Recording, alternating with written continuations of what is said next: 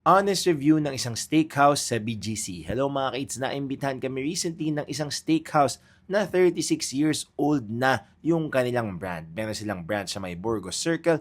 Ito ang Melos. First time namin kumain dito at excited na excited kami dahil sikat na sikat daw ito sa kanilang quality na steak, sides at mains. Naku mga kids, complimentary bread pa lang.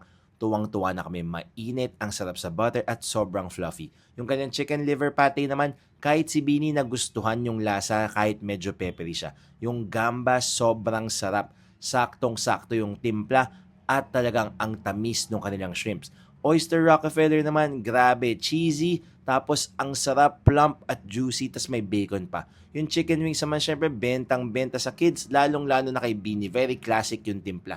Caesar salad, tapos mushroom soup, at meron din silang French onion soup na sobrang cheesy tapos manamis-namis.